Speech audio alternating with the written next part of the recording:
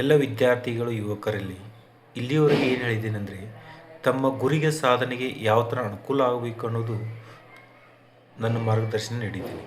ಮುಖ್ಯವಾಗಿ ಅದಕ್ಕೆ ಅನುಕೂಲ ಆಗಬೇಕಾದ್ರೆ ನಾವು ಆರೋಗ್ಯವನ್ನು ಕಾಪಾಡಬೇಕು.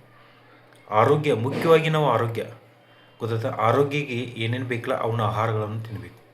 ಯಾವ ಆಹಾರ ತಿಂದರೆ ನಮ್ಮ ಆರೋಗ್ಯ ಒಳ್ಳೆಯದಿರುತ್ತೆ, ಯಾವ ಆಹಾರ ತಿಂದರೆ ನಮ್ಮ ಆರೋಗ್ಯ ಕೆಡುತ್ತದೆ ಅನ್ನೋದನ್ನು ತಾವು ವಿದ್ಯಾರ್ಥಿಗಳು ಹಾಗೂ ಯುವಕರು ಅದನ್ನು ವಿಚಾರ ಮಾಡಿ ತಮ್ಮ ಆರೋಗ್ಯವು ಕರೆಕ್ಟಾಗಿ ದಷ್ಟಪುಟ್ಟಾಗಿದ್ದರೆ ತಮ್ಮ ಗುರಿಗೆ ಸಾಧನೆಗೆ ಕೂಡ ಅನುಕೂಲ ಆಗುತ್ತೆ.